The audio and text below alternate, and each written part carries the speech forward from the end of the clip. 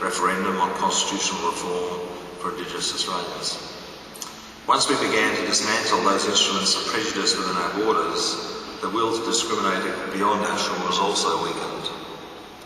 A discriminatory migration program was no longer thought to be in the national interest. The last vestiges of the policy ended by the mid-1970s, but it took nearly 2 decades to fully move beyond the philosophy of assimilation. Al Rasby issued a document, A Multicultural Society for the Future, in 1973. The landmark Galbally Report on Migration Settlement was released in 1978, and the National Agenda for a Multicultural Australia arrived in 1989. Galbally and the National Agenda were revolutionary for their time, if a little dense. Multicultural policy proclaimed that within the confines of our law, it was acceptable to maintain our cultural lineage and celebrate that makes us different. It acknowledged that Australian concepts of equality and fairness would bridge language and background, that access to services should be irrespective of country of birth. So while individual departments may have varied in their delivery on this promise, the ideals of Galbally are now cemented as an unquestionable part of the ethos of government, be that Liberal or Labor. That Australia was profoundly affected by these decisions is clear. From our cosmopolitan cities to our country towns, we are, by and large, comfortable with our diversity. With the Galbally vision, we have been settled millions of people from almost every corner of the globe, and in doing so have maintained a socially cohesive society. It's a fact we don't often celebrate enough, and it's only when you meet and talk to visitors from other countries, when they remark on how well we've done this, that you reflect on it. I think Australians need to reflect on it more. And I've had people from Canada and America visit recently, who are great migrant countries themselves, but always remark on how well they think we have undertaken the settlement task. With very few exceptions, we have not had the incidents of social unrest that have characterised countries such as the United Kingdom or France. We have built a unique infrastructure for settlement, including migrant resource centres, multicultural youth organisations, AMEP centres, specialised counselling services and orientation programs. We have a special broadcasting service and a telephone interpreting service. We have culturally appropriate aged care facilities and community language schools. The Australia of today is dotted with ethnic organisations and community groups that support social connections and cultural retention. From the African Women's Advocacy Unit to the Latvian dancing group, we are now proud of the customs that make us unique.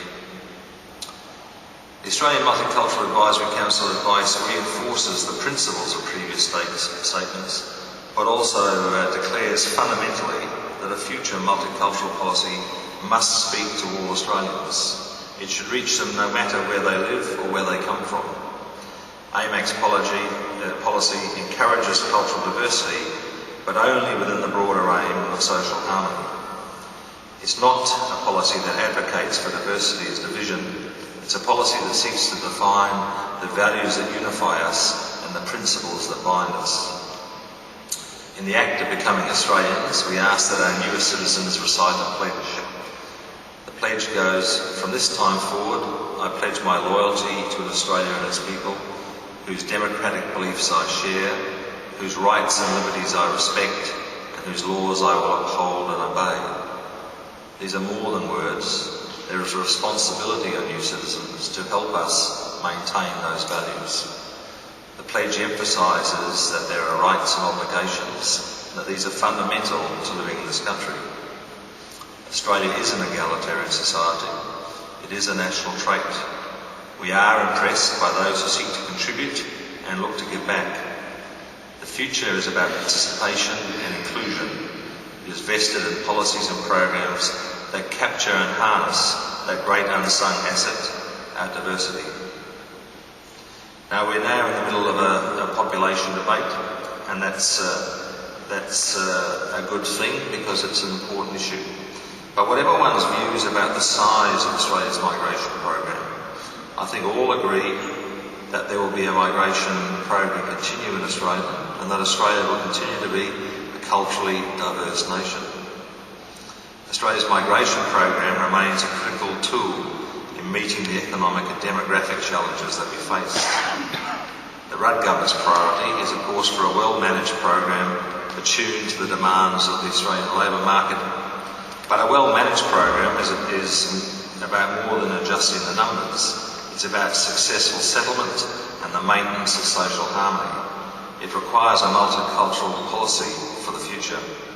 People who come to Australia, whether they come as economic migrants or refugees, want an opportunity to contribute. There is an onus on government to ensure that our newer citizens are given the chance to fully participate. Our settlement services are world class. The UNHCR Commissioner Guterres was in Australia recently, in Melbourne, and everywhere he goes in the world he tells people he's never seen settlement services as good as he saw in Australia.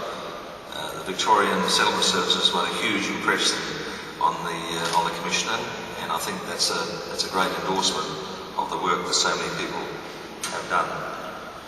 They are world class, and they are services that have seen the peaceful settlement of millions of people, and we must look to build on that success. In partnership with the sector, the government is developing a new framework for settlement services. We need to consider and work with the strengths of new migrants and to build on the skills which they bring. What we give in support and encouragement where migrants first arrive, we get back tenfold over the course of a lifetime. As a nation, we pride ourselves on giving everyone a fair go. But by investing in the decent and fair treatment of new arrivals to our shores, we are investing in the future contribution these people and their children will make to our community. Any future vision should ensure that we all have the opportunity to participate and enjoy the benefits of a multicultural Australia. A future multicultural Australia will capitalise on the productivity inherent in our diversity. A country literate in hundreds of languages and comfortable transitioning between cultures is naturally better equipped to deal in what is now a global marketplace.